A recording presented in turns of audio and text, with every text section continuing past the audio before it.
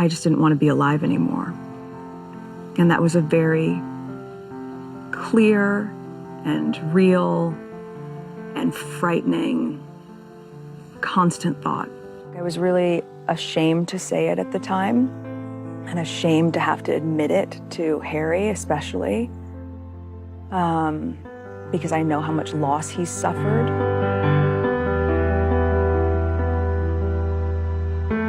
They didn't want him to be a prince or a princess, and also concerns and conversations about how dark his skin might be when he's born. To be told what to do, it must have been quite a shock. She likes to have the freedom to do what she wants and when she wants. I've advocated for so long for women to use their voice, and then I was silent. Were you silent or were you silenced? The latter. And not only was I not being protected, but they weren't willing to tell the truth to protect me and my husband. I didn't know who to even turn to in that. These are the thoughts that I'm having in the middle of the night that are very clear. Clarification. And I'm scared because this is very real. The relationship is space at the moment. And, you know, time heals all things, hopefully. My father and my brother, they are trapped. They don't get to leave. And I have huge compassion for that. Harry and Meghan had to divorce themselves from the royal family in order to continue their relationship. I was really ashamed to say it at the time, and ashamed to have to admit it to Harry especially, because I know how much loss he's suffered. But I knew that if I didn't say it, that I would do it. And I just didn't want to be alive anymore. I thought it would have solved everything for everyone, right?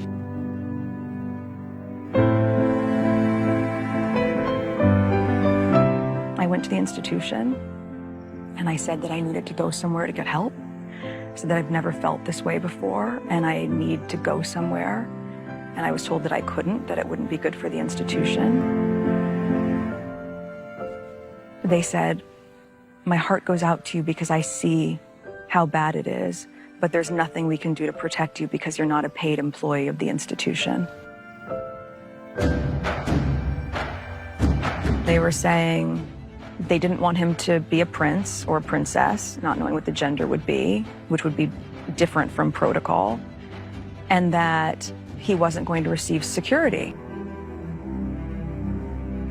So we have in tandem the conversation of he won't be given security, he's not going to be given a title, and also concerns and conversations about how dark his skin might be when he's born.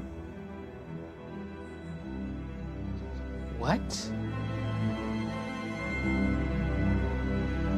My biggest concern was history repeating itself. When I started my public life, I understood the media might be interested in what I did, but I was not aware of how overwhelming that attention would become.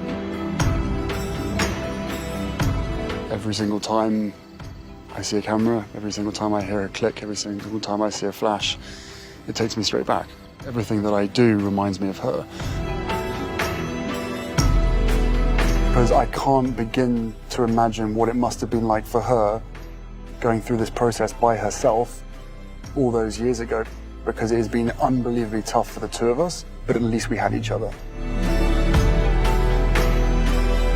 I came to understand that not only was I not being protected, but that they were willing to lie to protect other members of the family, but they weren't willing to tell the truth to protect me and my husband.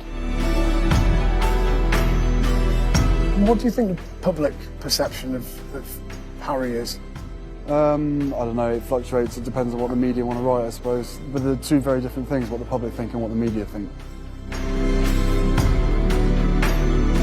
I think she would feel very angry with how this has panned out and very sad. But ultimately, all she'd ever want is for us to be happy. The sad and harsh reality of this scenario is that by abdicating from the royal family completely, that the Queen and Prince Philip may actually never see the second child. And one can only think how devastating and broken the Queen must feel about that.